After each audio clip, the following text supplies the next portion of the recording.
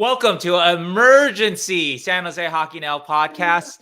Erik Karlsson has been traded. So details of the trade before we get to Keegan and I's reaction. And I just scared my dog. My dog ran out of the room with my announcement of our emergency podcast. Keegan, you can see his background. Keegan, tell us where you are before I unveil the Karlsson trade details.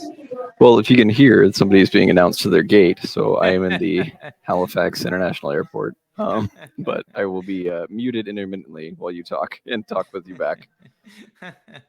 But all right, so the Sharks have traded Erik Karlsson to the Pittsburgh Penguins. It's a three-way trade with the Montreal Canadiens. Basically, I might miss a detail here and there, but basically San Jose is sending out Dylan Hamiluk and 2026 third-round pick. And they are receiving from the Penguins, they're receiving a 2024 first round pick, top 10 protected, Mikael Granlund, Jan Ruda, and okay, then we talk about the Montreal part of the deal. Pittsburgh is sending Jeff Petrie with some salary retained to Montreal. Also, they're sending Casey DeSmith and a 2025 second round draft pick and a prospect, Nathan Legare. Also, too, very important for the Sharks here, they're retaining very, very little here. They're just retaining 1.5 million of Karlsson's remaining contract. That's Karlsson has 11.5 million AAV. So that means that the Sharks are retaining just 13% on Karlsson's contract. That's amazing. that's the biggest highlight, I think, is that number. Go ahead. That was kind of what I wanted in the first place. Yeah, that's true. I was going to say that Keegan, a couple of podcasts ago, and ignore everything from our podcast that just released last night. Yeah, well, not listen to the Ali McCauley interview. Yeah. Listen to Keegan's terrific analysis of World Junior Summer Showcase. Ignore everything that we talk about. Ignore the first half hour of yesterday's official podcast with Alan McCauley. Great interview, by the way. But ignore all of that. So it was more speculation than anything. That's true. That's true. Speaking of our prediction, though, I did get some of it right in terms of. Well, actually, no, I think I got none of it right. Well, you said Petrie to somewhere, so you did say. I did say Petrie to their team. Yeah, I said Chicago. The trade. I said Granlund would get bought out, but he wasn't bought out. We did say that Kyle Dubas doesn't believe in buyouts, and so we saw a little bit of that there. I did one thing though that I did stress yesterday that I think did come to fruition is that I really didn't think that the Penguins would want to give up. Of course, they don't want to give up 2 first rounders to get rid of both Petrie and Granlund's contracts, and they were able to get away with that. Maybe because they're retaining part of Petrie's contract, 25% of it. So I think that's a big part there that they were able to protect most of their kind of. They don't have a lot of top future assets, but their future first round picks besides 2024, also Jaeger and Pickering. But okay, so my initial thoughts of the contract or of this trade, though, you talk about the amount retained by the Sharks. Nonetheless, though, I don't love this trade. The Sharks didn't get a lot for Karlsson. They didn't get a first for him. They got it for taking on Mikael Granlund's contract and Mike Hoffman's and Jan Ruda. So let's not kid ourselves here, okay? Now, I do like Granlund and Ruda as players. They're both good players still, just overpaid. Granlund, 5 million AAV, 2 more years. Ruda, 2.75 million AAV for 2 more years. I think Granlund, even though he wasn't great for Pittsburgh last year, I think he's still a decent middle six forward. And Ruda is a very solid bottom pairing defenseman.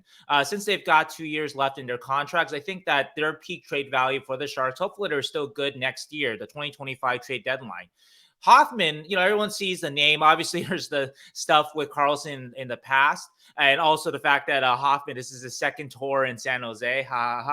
But anyway, Hoffman, everyone sees that he used to be a 30 goal scorer, but he's a very limited player now who hasn't scored at a 25 goal pace since 2020-21. He scored 15 and 14 in the last 2 years, and he's 33. So I don't know what he's bringing back at a trade deadline, this coming trade deadline. Now, he's got 1 year left at $4.5 million.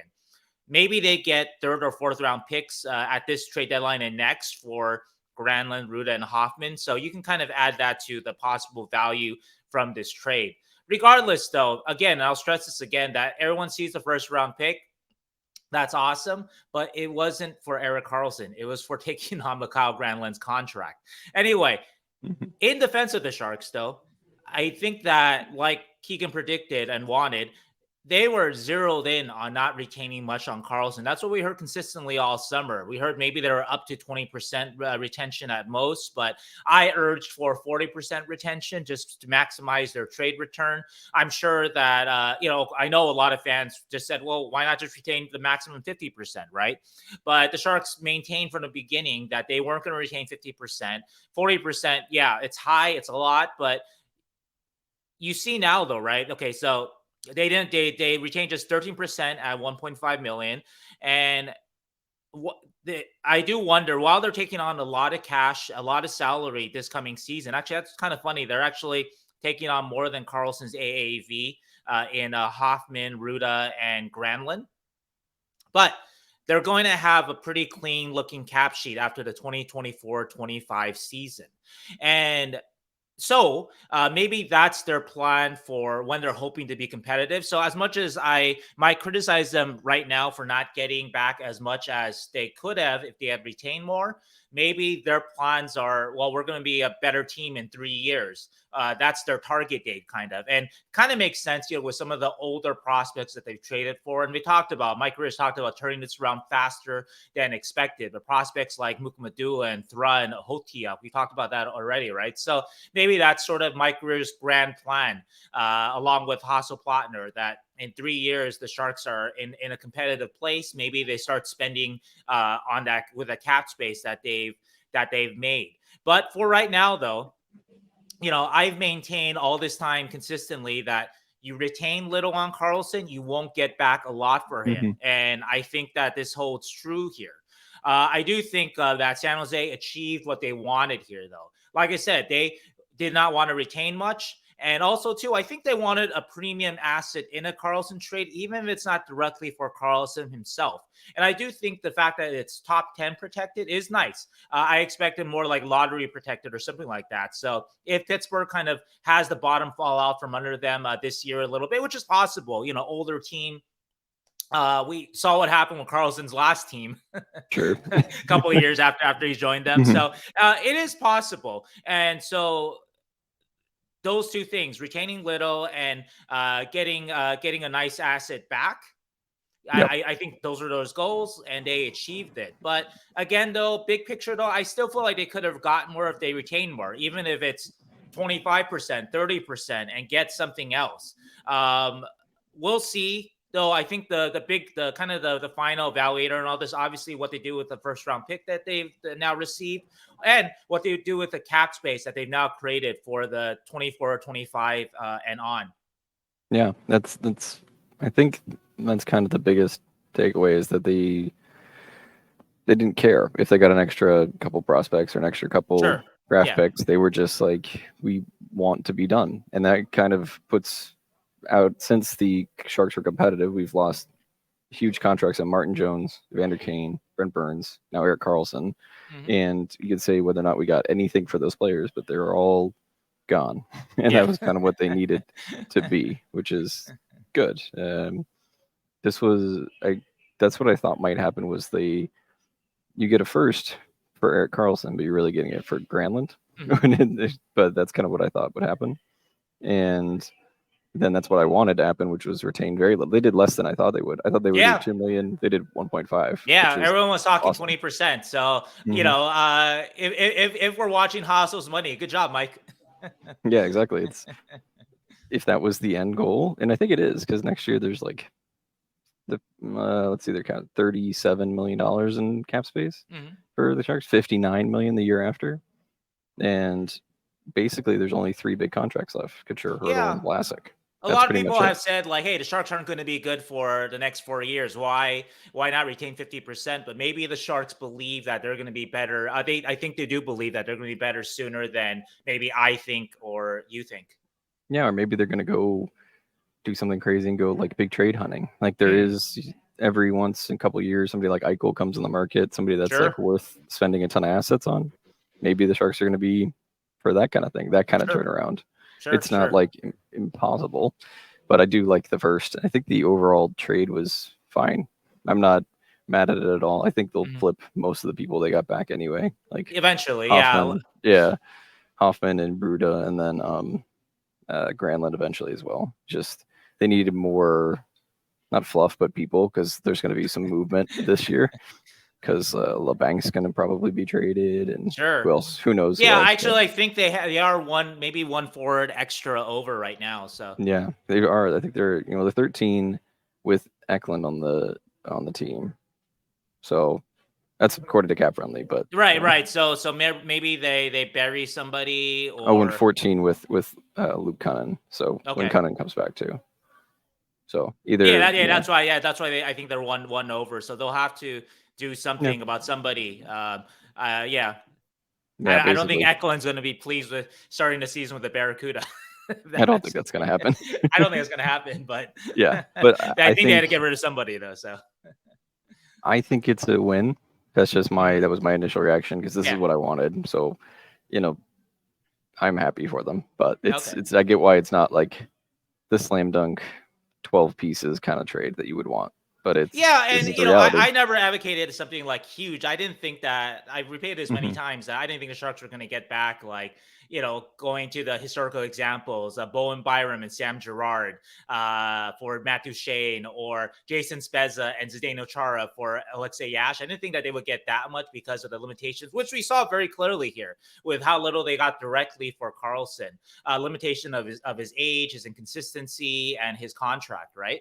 But again, though, like the deals that I proposed throughout this summer at 40% retained, I think those are attainable. And, people might scoff at, another second round pick and a kind of a fallen prospect like Ty Smith, who was a very good prospect just 2 years ago, right?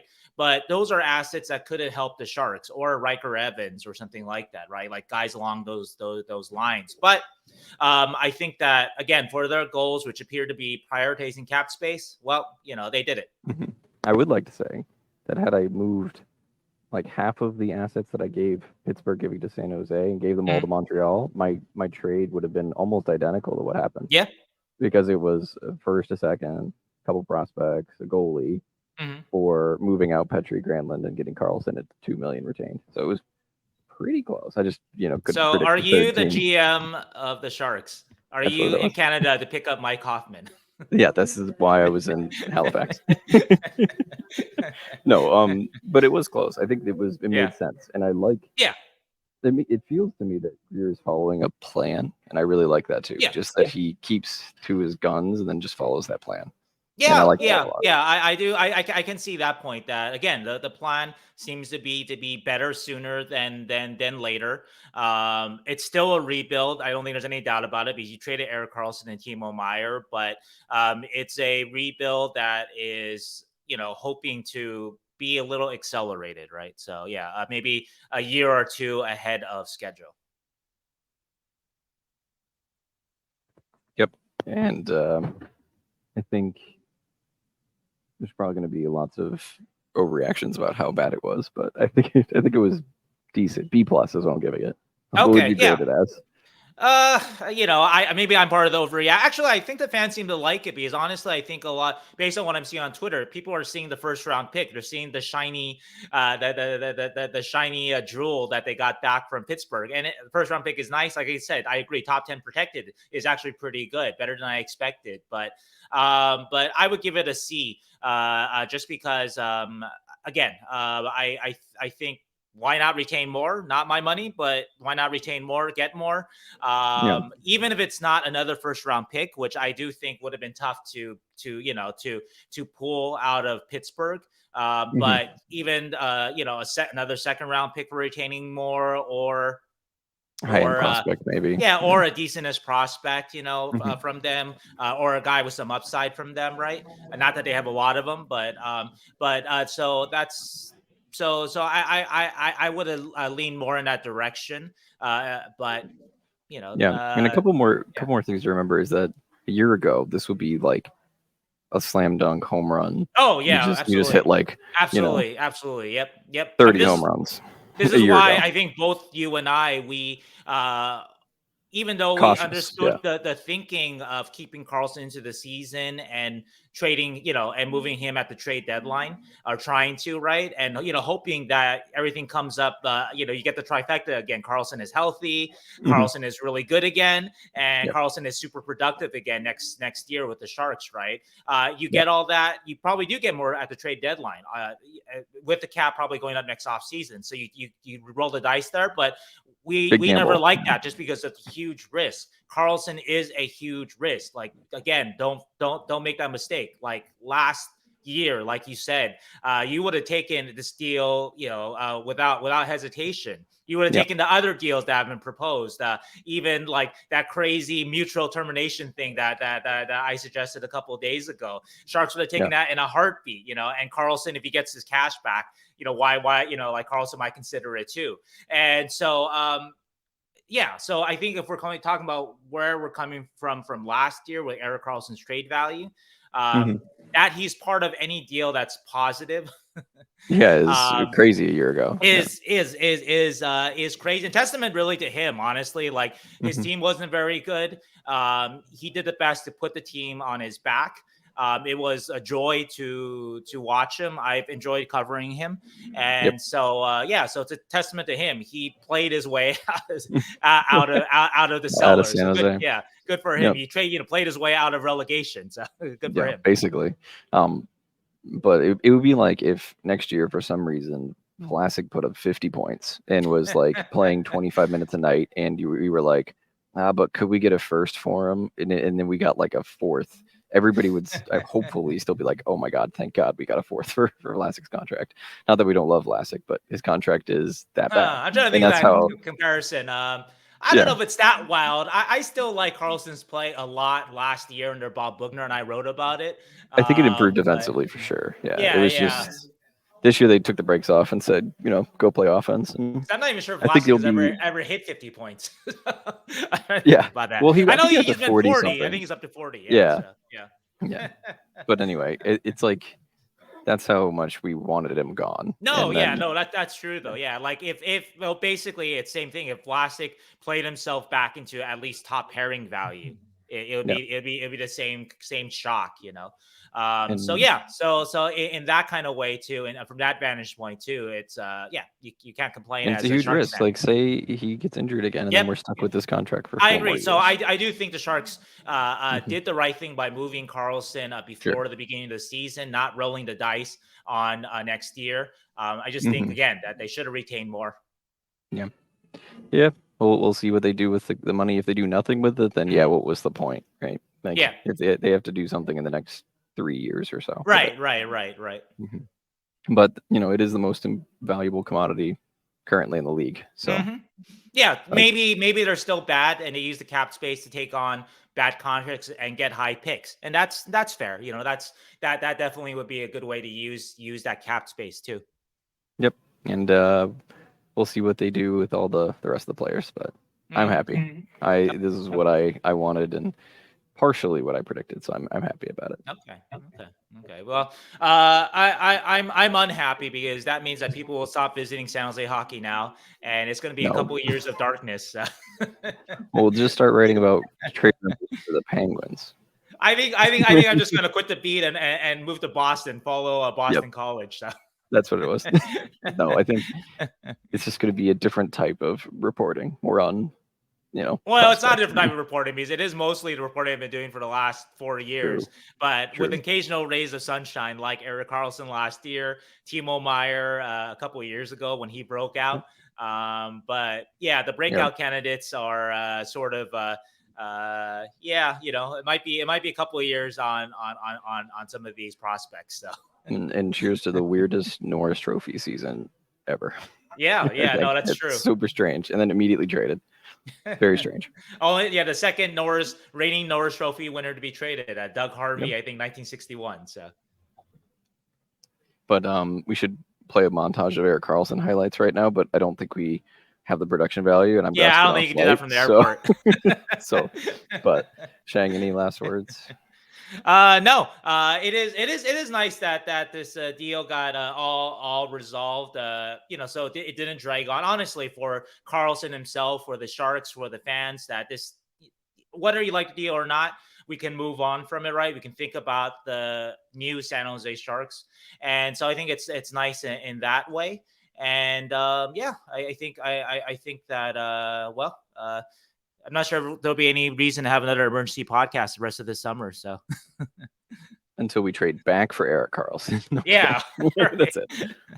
But have a good one, guys. Hopefully you listen to this podcast and the last one, even though the beginning of it might not be that relevant. Imagine cut and paste these last 20 minutes into the first 20-30 minutes of the last podcast, and you have our intact in one podcast. And next week we might do another deeper dive into deeper dive, because I'm checking in on the players and where they're kind of at. The Sharks do have some cap space now, so maybe something happens with that. Though I believe Matt Dumba has signed with Arizona. Gotta double check that. Well? I heard that. Let me double check that, but I don't want to report something that I heard. Yep. And cool. So that went down about 40 minutes ago, and so there's not a ton out there left. The two main free agents are Tatar and Comtois that I think are worth the Sharks investigating, besides Dumba, but Dumba's gone. Comtois and Tatar are wingers. The Sharks now seem a little flush with wingers. Yeah, just a bit, right? But anyway, we'll see though. So all right, I'm gonna get out of here. Alrighty. Bye, guys. Bye, Keegan.